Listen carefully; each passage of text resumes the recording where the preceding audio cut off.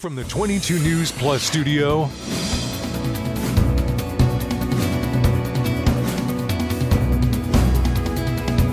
this is 22 News in Focus with Patrick Berry. Hello, everyone, and welcome to this edition of In Focus. I'm your host, Patrick Berry. Today, we're talking about career changes and finding something new, maybe later in life, that you want to do, not necessarily something that you have to do to survive. I'm so excited today. I'm being joined across the desk in the OBS studio by Gina DiStefano. She is the founder and CEO of DiStefano Group. Thank you very much, Gina, for coming in today. I appreciate your time. Thank you. So what do you do as your career? How do you help people find their calling and fun and working for fun? How do you do what you do? Working for fun. Okay. By the time somebody comes to me, and I specialize in my areas are Gen Xers, and they're looking for a career change. They're really looking for a life change, a lifestyle change. I think by the time you hit our age, I'm a Gen Xer, your midpoint, and I've always looked at it as it's the beginning. So do you find a lot of people, like, say 40 years old and older, that they're just done with the grind and 100%. They want to do something that, you know, that they have a passion for? Mm-hmm. I've always said, I think by the time I'm in my mid-40s, when I hit 40, that was the first checkpoint. Okay. I had enough under my belt, you know, to say what's working, what's not working. I started to really question things about my own career, my personal life, and you have enough experience to now do something about it. And if you're ready to do that change and focus on all you've done, the things you like, the things you don't like, you're putting yourself in the driver's seat to have some really incredible change. But that's a hard time in life to make a dramatic change. You're in your 40s, you're probably married, kids, house, mortgage, you know, only God knows what your expenses are, to put all that on the line to kind of venture into the unknown. See, this is the thing, though. You're not putting it all on the line. And I like that you said that, because that's what prevents most people from making any change. They look at all the things that are stacked against them, probably all the things that are the reason why they want to change in their life, because they're not happy in the job, in the marriage, in the physical body, in the location of where you're living. And now you have the opportunity, and it doesn't have to be as dramatic as you think, because you get it in your head and you shut it down before you start. There are steps. There are systems I work with my clients that take you from the awareness that there's a problem to the execution of it. But in between, there's a lot of work that can be done. And that's a lot of times the reason why people don't even attempt to do it. They just shut it down and they live in their comfortably miserable lives, as I like to say it, like it's and working. Plod through life until retirement. But we're not getting any younger. And I believe that your 40s and 50s are your time to shine. So here we are, you know, in the mid-2020s. Is the job and career hunt and search the way it was in 1990 when I first started looking for a job, or 2000 or 2010? Or is it completely different? It's the same in a lot of ways, but I've always been somebody that thinks outside of the box. If you're looking at people that are living great lives, have phenomenal jobs, careers, businesses, it's because they went a different route. And this is the route I want to talk about. It's about taking a pause. Most people, when they think about getting a new job, they think, first thing, I got to fix the resume. Yeah. And I haven't had an interview in X amount of years. That is a good way to find another job, which will most likely land you exactly back to where you are. Okay. When you go through a personal quest, that's how I work with my clients. I take you through all the areas of your life. Before you even attempt to look at that resume or think about anything, you need to sit down with yourself and you need to go back through the last 10, 20, 30 years. And you will be surprised at how much you actually know, all the things you didn't think about. And it usually helps, yes, to hire a coach to do this, to take you through this process. But if you don't have the ability or the access to do that, if you have a phone, you have no excuses. There's every piece of information you need on that phone. That's a big change from when we first started out 20 or 30 years ago. We didn't have this information. So it's easier. The world is currently at our fingertips. At our fingertips. Yeah. There is no excuse outside of a lack of accountability, fear of failure, or fear of being seen. And it all comes down to confidence. So you first have to have the awareness of what you want and what you don't want. So let me interrupt you there for a second. So that awareness that you're talking about, you really kind of, if I understand you correctly, maybe take a weekend or a day and just kind of sit there and just think about, okay, me personally, I entered the adult workforce in the year 1990. That was my first real job at 22 years old. So now, okay, fast forward 35 plus years. Mhm. Okay, what have I done in those years? Exactly. Like, look at every specific role, everything you've done, and how are all of those experiences and skills over the last 3 decades, how you can use them to really do what you want to do, not what you have to do. Yeah, but Did I sum it up? Yeah, but that's going to Okay. take a lot longer than a day. That's going to take a lot longer than an hour. Okay. I've got 30 years. I Right. started my career in 2002 in DC. I started in banking. I moved to recruiting. Then I worked for a Fortune 500 company for a decade. And then I started my own company 10 years ago. I've traveled across the country. I've worked for so many different people Right. and different brands. I know a lot of people. Right. For me to go through that, it's going to take a lot longer. But it first starts with the awareness of that. And then going through, and that's why it does help to work with someone who can take you through the stages of that to find out who you are now. And then the second piece is, like we just said, we've been around for a really, really long time. Careful. One exercise. I mean that in a very good way, though. One exercise I do with my clients, I tell them, I say, take out your phone and go through your contacts. Okay. After 2+ decades, I got a lot of contacts in my phone, and you'll be surprised when you start going through them. And I think, oh, Pat Barry, oh, I remember I was on his show. Exactly. He was so great. But then now, you fast forward, like, I mean, I have people in my phone. I mean, cell phones are in the world of life fairly recent, but I've got people in my phone. They're contacts I had in the 90s. Mm-hmm. So you, to your point, you look back at all those people and you capitalize on that knowledge and those connections. Yeah. There's another step, though. Like I'm trying to cram all the steps into one. It's the awareness. Right. Then it's the knowing that I have everyone at my fingertips. I have anything I want or need. There is somebody that can connect me to it. That's how the world works when you learn the game. Yeah. But the third part is, and this is the work I do with my clients, it's not about getting a new job. It's about finding alignment and confidence and the courage to tell the new story of who you are now. Okay. And that's what I teach people to do, is to sit and take that 30 years and turn it into a pitch, a story. And when you can do that and clearly articulate who you are now to everyone that comes up, hey, how are you doing? I'm doing great. As a matter of fact, I've been kind of, toying around with finding a new career. I've really decided I like blah, blah, blah, blah, blah. Now you're giving someone information to say, really, I didn't know that. You should talk to my brother-in-law. Exactly. But people don't know how to respond to that question. We say, I'm fine, or I'm looking for a new job, and I don't know how to help you. So I help people figure out who they are and clearly articulate that. It's storytelling. Okay. As an entrepreneur, all day long, I just pitch my story. Right. And that's how you get clients. It's the same thing when you're looking for new experiences. You first have to know how to tell your story. Most people don't know how to do that. We are up on our first commercial break, but we have plenty more to talk about. So stay with us. We'll be back in just a few minutes. This is 22 News in Focus with Patrick Berry.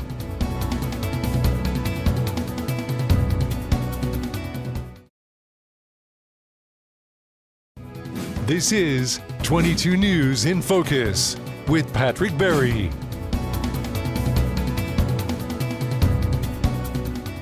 Welcome back, everyone, to this edition of InFocus. I am your host, Patrick Berry.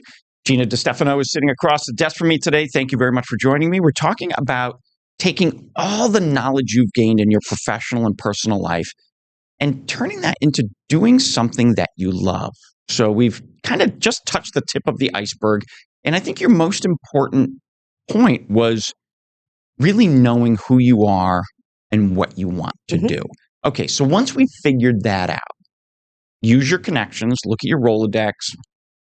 People who are watching this, just dated yourself. I know. People watching this know what a Rolodex is. Maybe the younger generation doesn't. But look at your contacts in your phone, your Rolodex, whatever it might be, and use those people. How?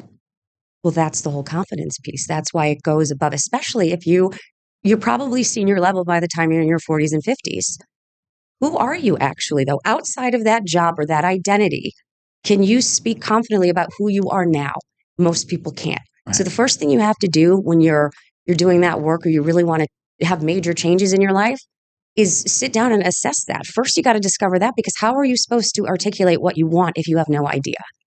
It's funny. I think so many people are defined by what they do. I know.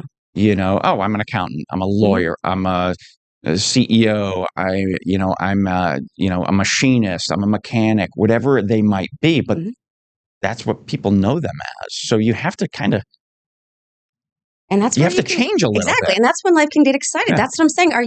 Do you still want to play that character? I say this all the time. I've worked entry level all the way up to the tippity top executives. And I call it a functioning adult costume. Where a lot of people running around wearing functioning adult costumes, called lawyers, doctors. There's a certain amount of zeros in your bank account, your car, your house, your social status. That's a character that you've been playing. And a lot of people, by the time they get to their 40s and 50s, get tired of that character. Right. And because they want to be their authentic selves. Whatever. I've got to be I'm tired of the character. Yeah. The best mechanic. I got to be the professional. I got to wear the suit and the tie or whatever. And it gets tiring. But there's so many. We started to talk. I don't know if we were off air and we were talking about this, about no excuses if you have a phone now.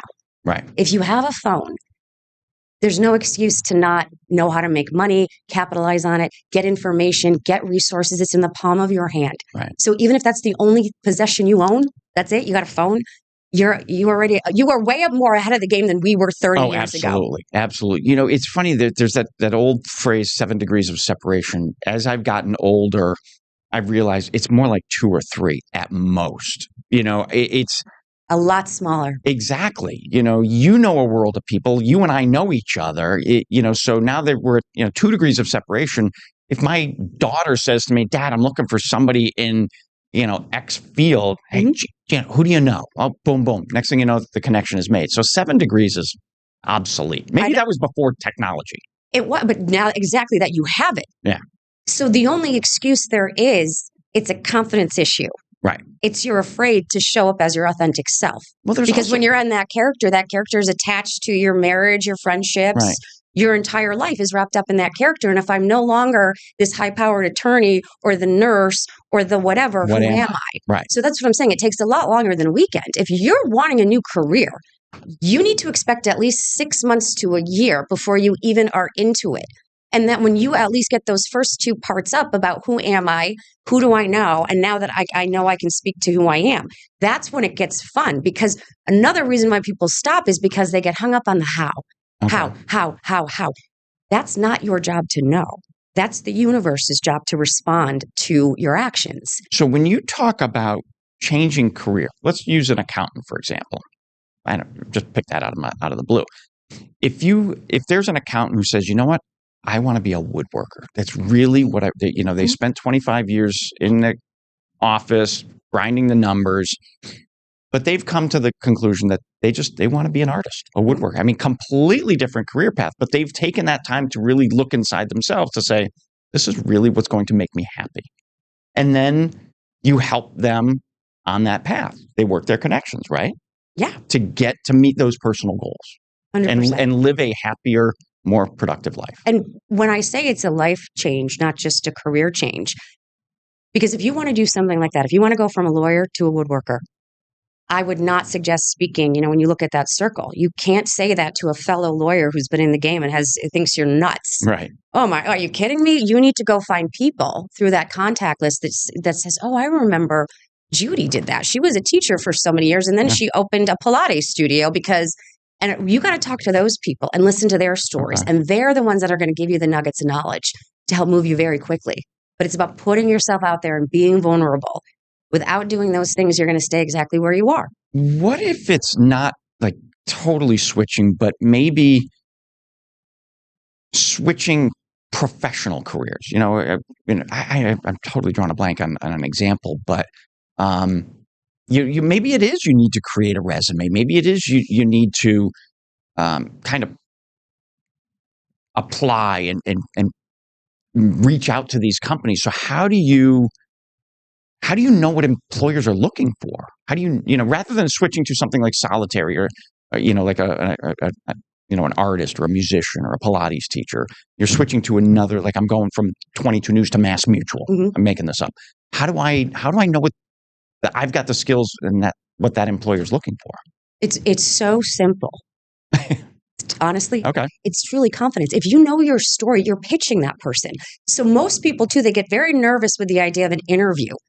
You're never interviewing. You are pitching someone that's going to lead to a conversation. So before I ever walk into that interview, I'm ready to tell my story confidently, with conviction and succinctly to get that across. I'm not going to wait for you. And especially if you're mid-higher executive level, that's what the manager or the leader is looking for. You come in and you put me at ease.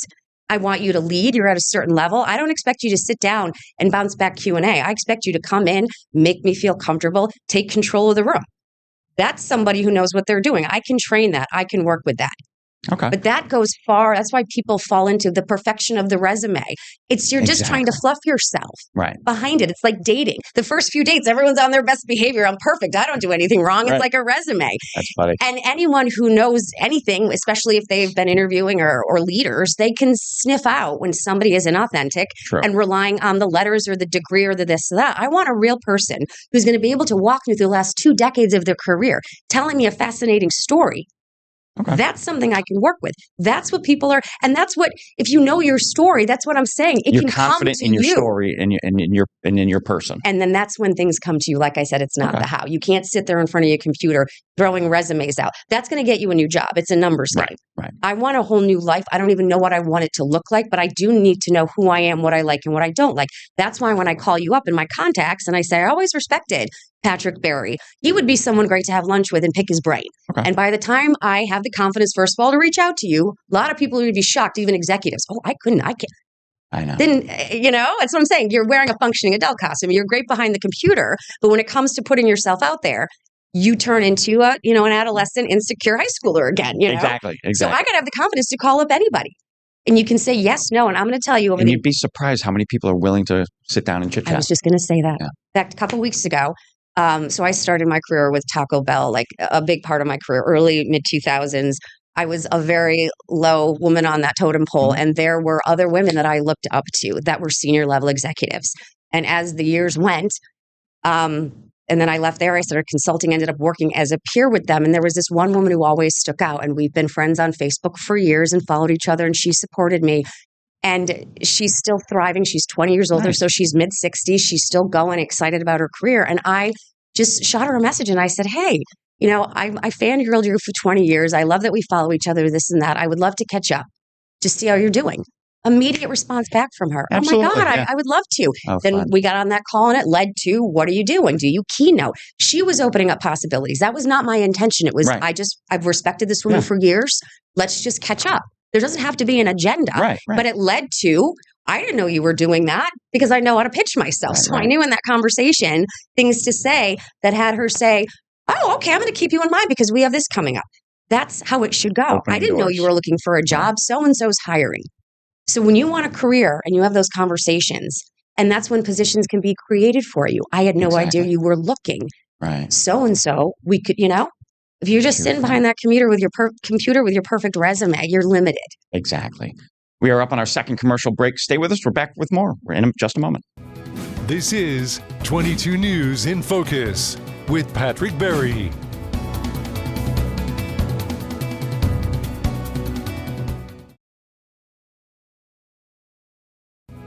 This is 22 News in Focus with Patrick Berry.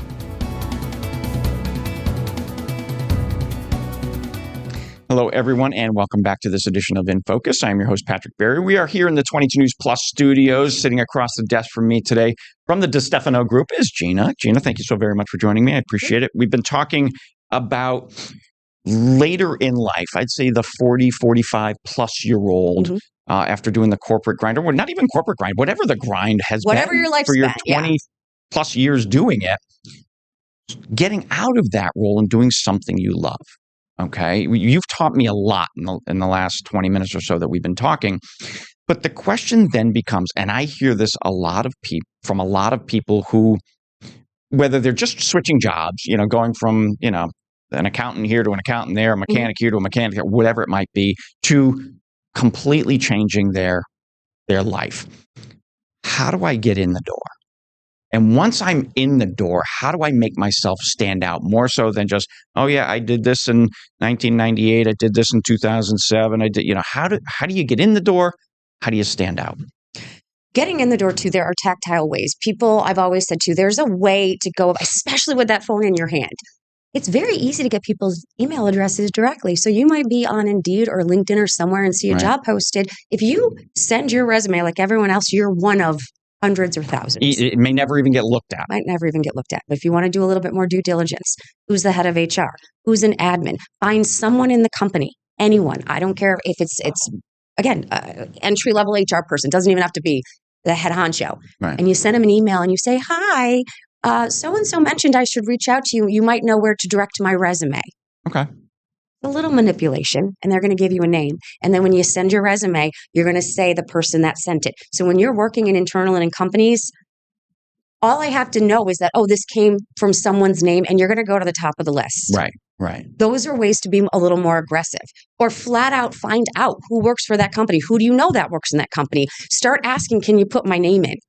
Like, you got to do a little bit more effort. Do some research. Do some research on the company. You know, I want to ask your opinion. LinkedIn is a great business networking social media site. The problem I have found personally and with others I know is people add connections on LinkedIn that they don't really know. They've met one time and they'll say, you know, and I've heard these stories from other people go, oh, I contacted this person that I'm friends with on LinkedIn, or I know this person, I used to work with them, whatever it might be, and say, hey, I see you're connected to so-and-so. Can you put me in touch with them? Like, oh, I don't really know them. I'm just connected. I hate that. That is a complete waste of time. What are your thoughts on that? Don't do that. It's tacky. Okay. If you're going to do it, it's got to be genuine. That's what I'm saying. You got to do a lot more due diligence versus like, I know so-and-so through so-and-so. Right. Maybe you go in and read some articles that they wrote, or you are, and that's another thing too, you got to warm them up, buy them a drink first. If you know that, start following them on social media before you reach out.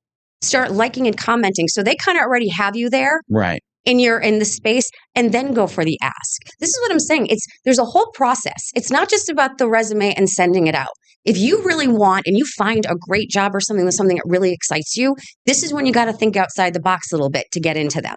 Do a little bit more work, or just start having the conversation. That's another thing. Once you get on the trajectory of changing your life, the universe responds and starts giving you more of that. That's where people get stuck. These are laws, the law of cause and effect, the law of momentum, the law of reciprocity, law of attraction. These are laws. Right. This is how it starts. It starts with having the courage to just say, you know, Patrick, I've never been on TV, but it's always something I wanted. And then you take it from there and you can say, well, we have intern programs, or, you know, why don't you do this? And then you start to share your story. That's just the human interaction. And that's maybe one of the downfalls of technology is you kind of remove that, that's where it always starts. It's that face-to-face. That's the way to get your foot in the door. And then when you're there, you have to be able to hold a conversation of substance. And talk about yourself. A lot of people don't like to talk about themselves, and that's crucial.